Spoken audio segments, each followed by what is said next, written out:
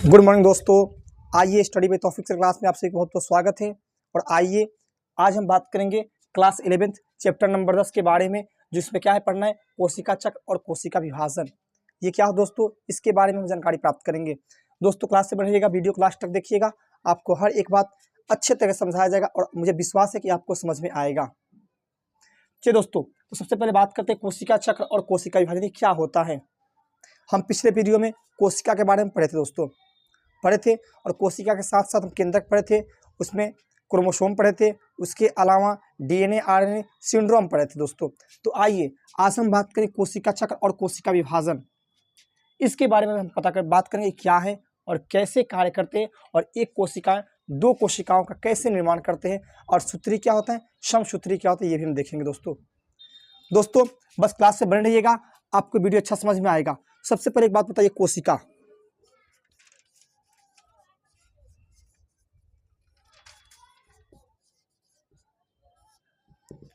इसके बारे में आप पहले पढ़े हैं। कोशिका यानी सेल, ये क्या है और कोशिका किसे कहते हैं, ये आप अच्छे जानते हैं दोस्तों। कमेंट में आप इसका परिभाषा लिखिएगा, ये कोशिका किसे कहते हैं और सेल क्या है, ये दोस्तों आप बात पहले से जानते हैं। तो अगर बात करते हैं कोशिका के नाम, सबसे आसान भाषा में बात करते हैं कोशिका क्या है, तो आपको ये बात पता होगा।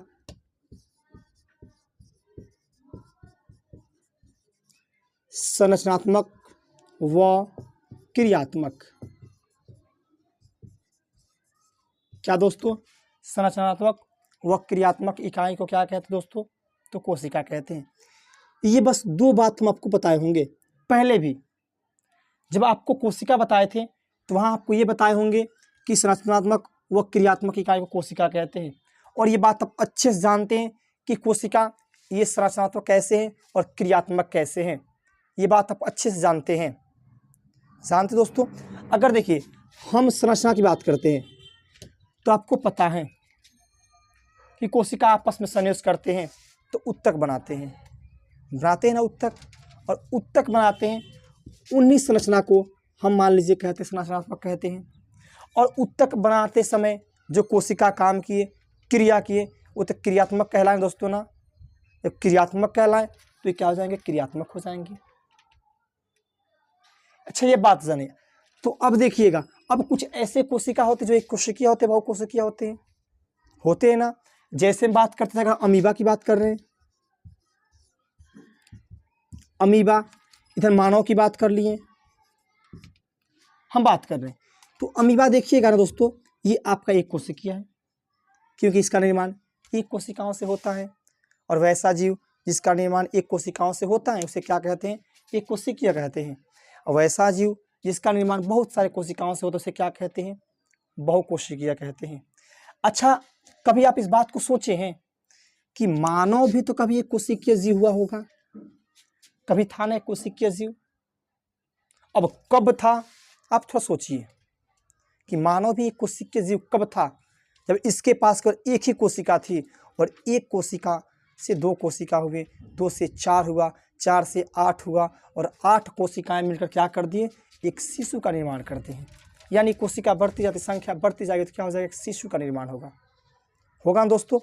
अच्छा आप देखिएगा, जब निषेचन की प्रक्रिया होगी, जब निषेचन की प्रक्रिया हुई होगी तब मेल का स्पर्म और फीमेल का अंडाशय मिला होगा।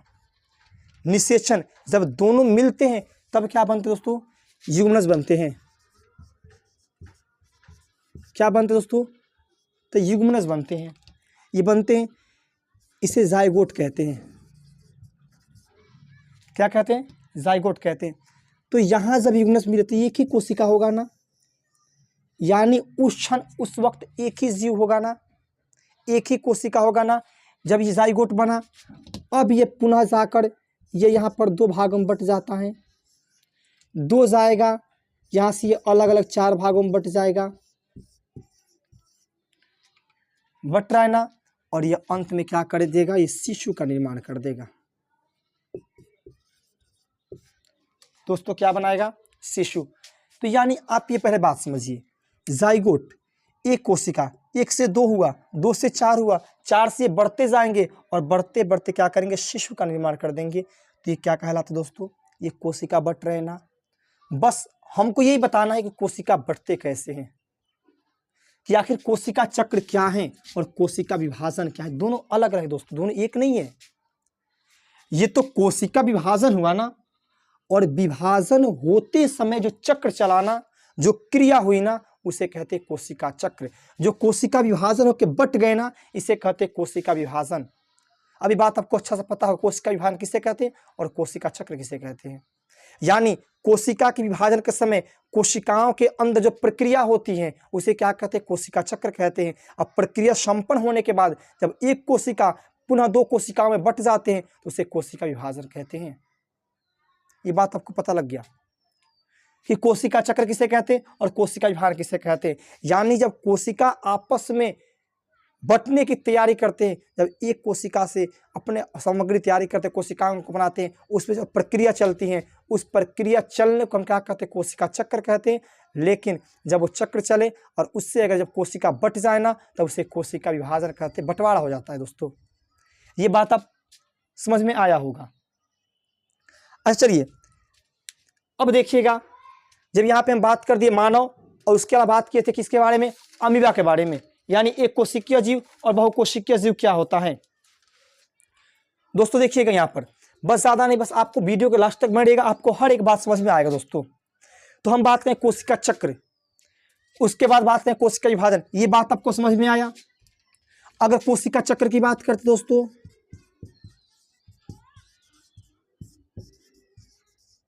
ये कोशिका चक्र क्या होता है आपको पहले ही बताएं कि कोशिका चक्र क्या होता है। जो कोशिका में प्रक्रिया होती है, जो कार्य होता है बटने के लिए, कोशिका बटे जो उसमें कार्य होती है उसे क्या कहते हैं, वो कार्य क्या कहेंगे, कोशिका चक्र कहेंगे। तो ये दोस्तों दो प्रकार से होते हैं। अब देखिएगा ये कोशिका चक्र दो प्रकार से कौन कौन होते हैं। पहला आपका होता है उसमें अंतरावस्था होता है।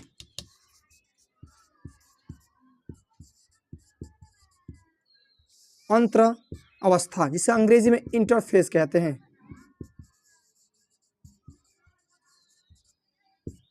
ठीक है दोस्तों। दूसरा होता है प्रावस्था, सॉरी एम अवस्था।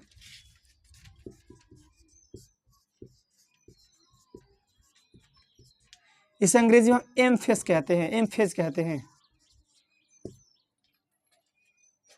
ये कोशिका चक्र दो प्रकार से बढ़ते हैं। अच्छा जब बढ़ते हैं तो एक चक्र में होगा।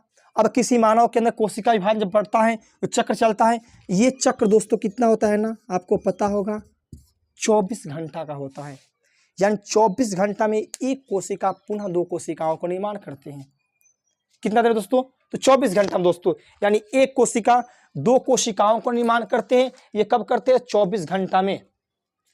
यानी एक कोशिका क्या करें दोस्तों, ये दो कोशिकाओं का निर्माण करते हैं। कितना, 24 घंटा में। तो अब देखिएगा इसका प्रक्रिया चलता कैसे है। जब चलेगा दोस्तों ना, तो 24 घंटा ये आपको दो भाग में बट जाते हैं।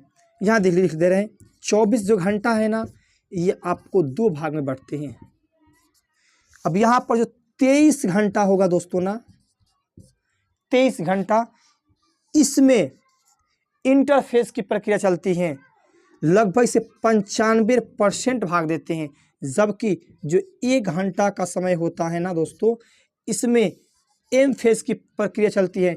इसमें लगभग 5% एम फेज हिस्सा लेता है। अगर इसको अंतरावस्था की दूसरी भाषा में बात करें ना, तो इसमें जो होता है ना, कोशिका तैयार होती है।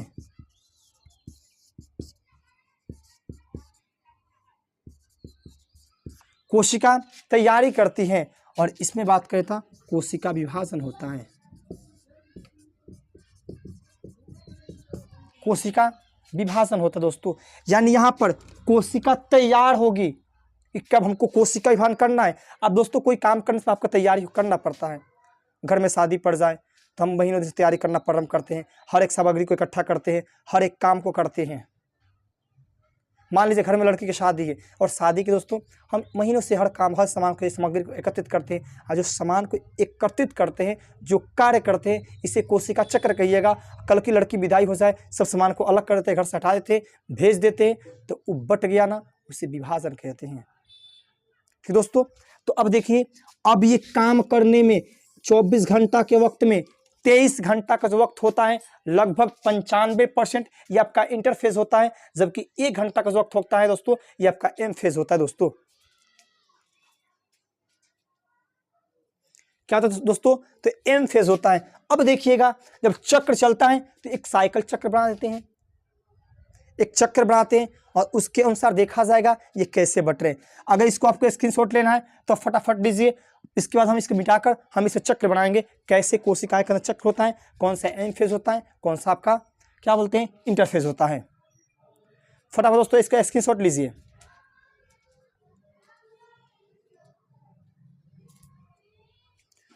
दोस्तों इसे मिटाते चलिए। अब इसके बाद हम बात करेंगे नेक्स्ट पॉइंट में अंतरावस्था और एम प्रावस्था।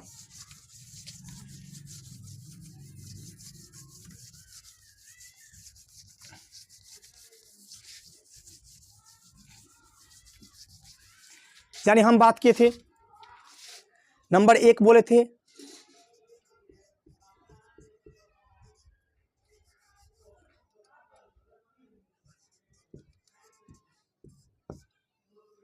इसे अंग्रेजी में इंटरफेस कहते हैं।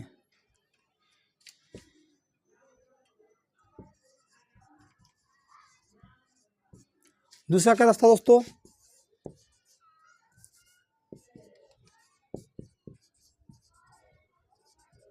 एम प्रावस्था, इसे कहते हैं एम फेज कहते हैं। ये दोस्तों ये दो बताए आपको। अब आपको यहाँ ये बताए थे ये लगभग 95% भागीदारी होता है, इसमें प्रक्रिया होता है और इसे 23 घंटा 24 घंटा में कितना दे दोस्तों 23 घंटा। अब देखिएगा यहाँ पर ना ये मात्र 5% और कितना 1 घंटा। अब एक चक्र को बनाते हैं, देखिए ध्यान दीजिएगा दोस्तों।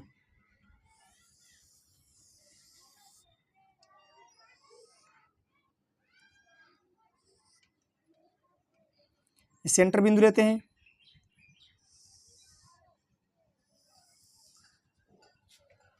दोस्तों अब ये सेंटर बिंदु है ना इसे हम कहते हैं एम फेज। एम फेज बाकी यहां से लेकर यहां तक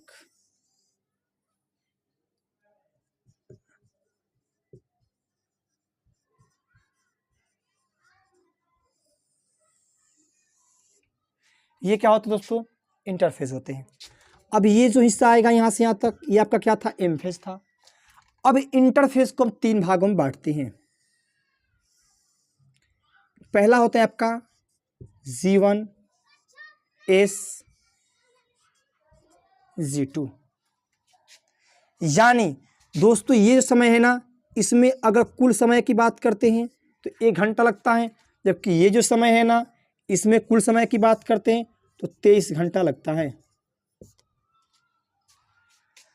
क्या दोस्तों तो 23 घंटा यानी 23 घंटा यानी G1 में S में G2 में जब प्रक्रिया होगी इस प्रक्रिया को संपन्न G2 तक करते करते संपन्न हो जाएंगे। 23 घंटा का चक्र चलेगा। 23 घंटे जब काम संपन्न हो जाएंगे तब जाके 24वें घंटा में कोशिका जाकर बट जाते हैं। अब यहाँ आके अलग होते हैं, एक कोशिका से 2 कोशिकाएं बनाते हैं दोस्तों। तो ये आपका रहा। अब इसमें देखिएगा दोस्तों ना तो सबसे पहले बात करेंगे सबका किसका क्या काम है। तो अगर बात करते सबसे पहले हम शुरू करते G1 से, प्रक्रिया शुरू होती है तो G1 इसमें क्या होता है दोस्तों, तो G1 है ना पहले इसमें होता क्या है तो प्रोटीन का संश्लेषण होता है।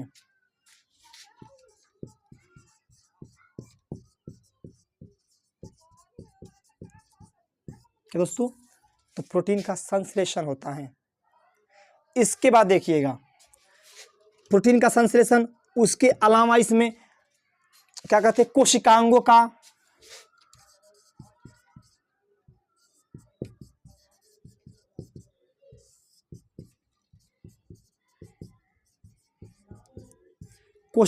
का द्विगुणन। द्विगुणन का अर्थ होता है कोशिकाओं का बंटवारा करना। अर्थात अगर ये कोशिका है तो इसमें जब बंटना है तो माइटोकॉन्ड्रिया 2 होना चाहिए ना। यानी आप यह समझिए कि ये कोशिका है, जब ये 2 होंगे, जब इसमें केंद्रक है तो इसमें भी केंद्रक होगा ना, माइटोकॉन्ड्रिया, तो यहाँ माइटोकॉन्ड्रिया, यहाँ माइटोकॉन्ड्रिया। जब बंटवारा करेगा तो इसके पास जब तक 2 माइटोकॉन्ड्रिया ना हो तब कैसे 2 को बांटेगा। अगर इसमें एक ही माइटोकॉन्ड्रिया हो तो किसी एक ही को देगा ना। अगर इसमें एक ही गोल्जी बॉडी हो तो क्या किसी एक ही को देगा ना। लेकिन इसमें गोल्जी बॉडी 2 हो जाएगा, राइबोसोम 2 होगा, लाइसोसोम 2 होगा, अंत में केंद्रक 2 होगा। जब सब 2 होंगे ना तब जाके इसमें केंद्रक आएगा, लाइसोसोम आएगा, राइबोसोम आएगा, अंतःप्रजालिका आएगी, गोल्जी बॉडी आएगा। ठीक उसी प्रकार सब में क्या दोस्तों आएंगे, ये बंटवारा होंगे। फिर अब इसे कहते हैं मातृ, कहते हैं मातृ, इसे कहते हैं पुत्री कोशिका, इसे कहते हैं मातृ कोशिका। ठीक है, ये भी अगर पुत्री कोशिका, यानी मातृ कोशिका पुत्री कोशिका कब देगा, जब इसमें हर चीज डबल हो जाएंगे तभी देगा ना। अच्छा, जब ये पुत्री कोशिका होगा ये भी तो कहीं मातृ कोशिका काम करेगा ना, ये भी कोई मातृ कोशिका बनेगा ना। अब यही मातृ कोशिका बनेगा, ये भी बटेगा जाकर। बस यही प्रक्रिया दोस्तों चलते थे जीवन में। ठीक है दोस्तों, चलिए तब देखिए यहाँ पर कोशिकाओं का द्विगुण होना, यानी जीवन में कोशिकाओं का द्विगुण होना, लेकिन अर्थात माइटोकॉन्ड्रिया नहीं होता है। मानव के कोशिकाओं में जो माइटोकॉन्ड्रिया होता है उसमें किसी प्रकार का द्विगुणज नहीं होता है, कोई बंटवारा नहीं होता है। इसके साथ जीवन भाई इसका बंटवारा G2 में होगा, जीवन में नहीं होगा, उसमें किसी प्रकार बंटवारा नहीं होगा। लेकिन उसके अलावा क्लोरोप्लास्ट का भी नहीं होता है। माइटोकॉन्ड्रिया क्लोरोप्लास्ट का बंटवारा कहाँ होता है, इसमें नहीं होता है। इसके अलावा जब आप ये सोचिए, तीसरा इसमें ये होता है ना, कोशिका का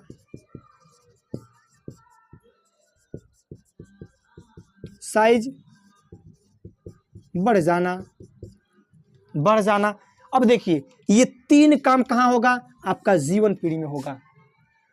अच्छा, आप ही सोचिए थोड़ा देर के लिए, ये कोशिका, इसमें एक केंद्रक है, एक आपका गोल्जी बॉडी है, एक लाइसोसोम है, एक राइबोसोम है, एक सेंट्रोसोम है। तो इसका आकार इतना है। और जब ये सब 2-2 होगा तो आकार नहीं बढ़ सकता है,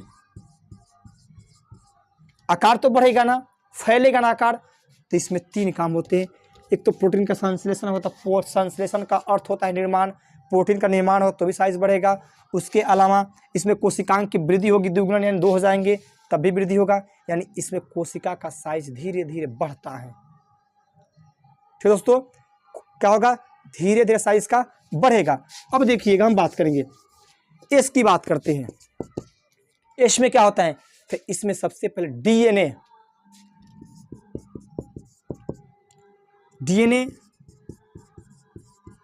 द्विगुण होते हैं, यानी डीएनए जो होते हैं ना ये 2 होते हैं। उसके अलावा डीएनए कैसे, देखिएगा आपको पता है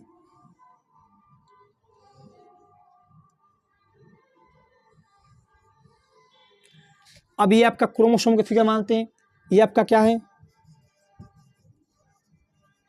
क्रोमोसोम। इसके अंदर ये क्या है, डीएनए। अब डीएनए का बंटवारा होगा, 2 होगा तो 2 होगा तो एक इधर आ जाएगा, एक इधर हो सकता है, किस तरफ आएगा डीएनए ना इसमें, तो ये 2 का डीएनए बंटवारा होगा। अब एक आता है ना, इसी में आएगा तारक केंद्र, इसका बंटवारा होना। तारक केंद्र का काम क्या दोस्तों ना, यहाँ पर डीएनए बट गया, इसको दोनों को अलग अलग करने का काम कर, अलग अलग बांट देगा। जब 2 होगा ना तो 2 को अलग बांट देगा। अच्छा, मान लीजिए कोशिका है, देखिएगा, और इसमें एक ही कोशिका है, सब एक एक हैं।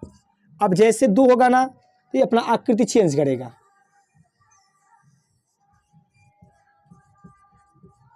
ठीक है, अब क्या करेगा, सब बटेगा ना, बटेगा तो बांटने का काम कौन करेगा, तारक केंद्र करेगा।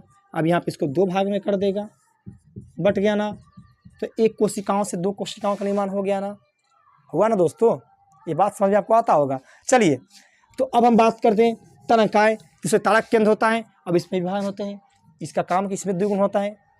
अब देखिएगा लास्ट नंबर आपका आएगा क्या दोस्तों, तो G2। इसको मिटा दें, अगर आपको स्क्रीनशॉट लेना तो इसे फटाफट स्क्रीनशॉट लीजिए।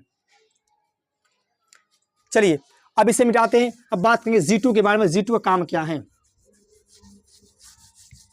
दोस्तों। देखिएगा जो G2 होता है ना, तो G2 में क्या होता है, तो G2 में बात करते हैं तो इसमें भी प्रोटीन का संश्लेषण होता है।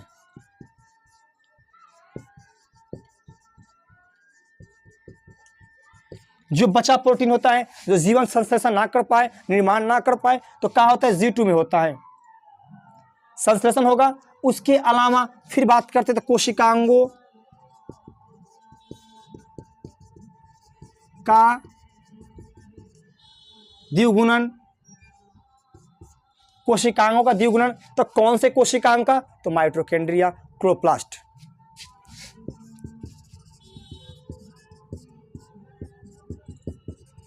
माइटोकॉन्ड्रिया, माइटोकॉन्ड्रिया और क्लोरोप्लास्ट, इसका द्विगुणन होना, 1 से 2 हो जाना, बट जाना दोस्तों। चलिए अब देखिएगा यहाँ पर ये क्या होगा, 1 से 2 हो जाएगा। तो क्वेश्चन पूछता है कि माइटोकॉन्ड्रिया का बंटवारा कौन से इंटरफेज में होता है, तो आपका G2 में होता है, G1 में नहीं होता है, S में नहीं होता है।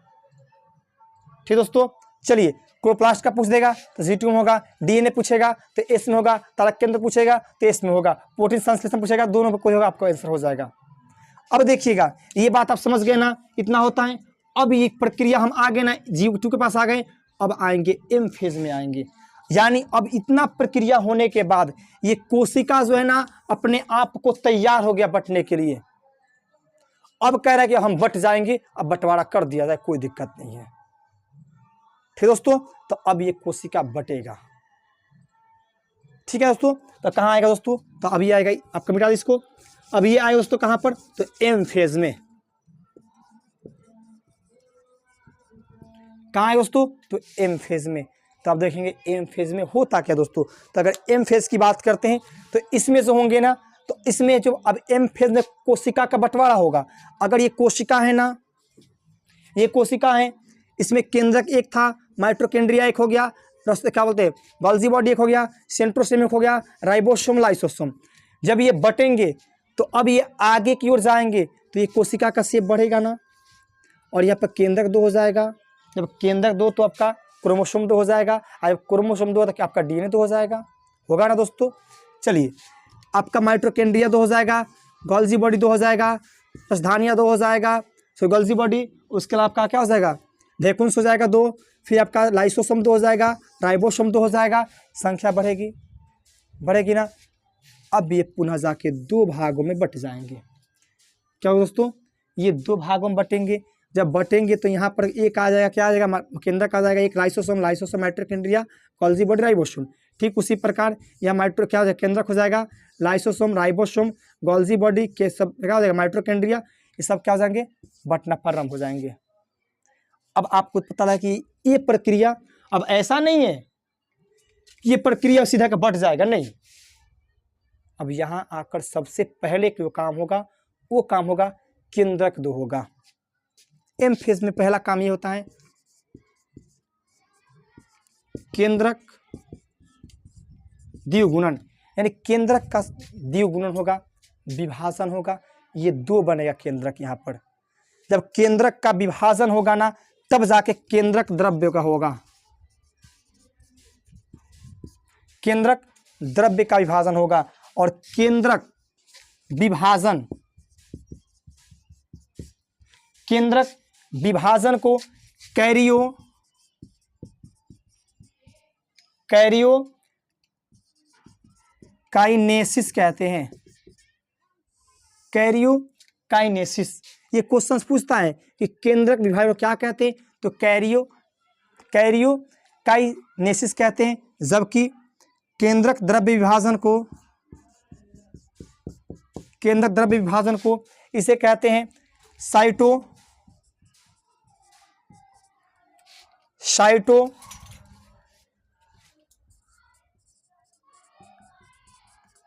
साइटोमाइनेसिस, यानी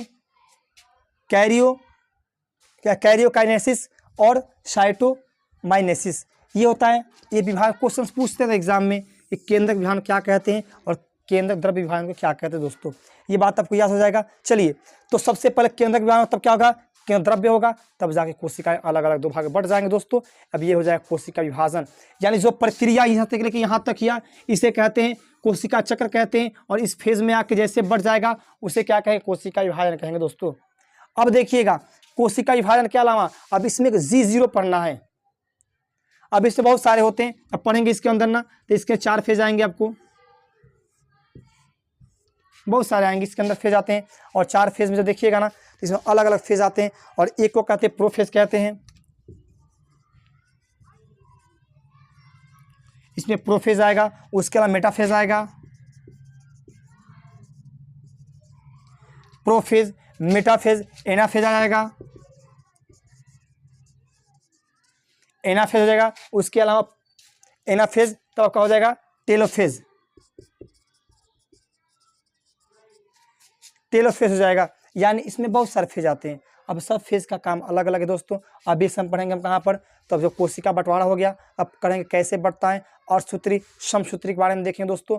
आपको बता रहे थे, अब इसमें एक आता है G0, G0 इसे शांत प्रवस्था कहते हैं,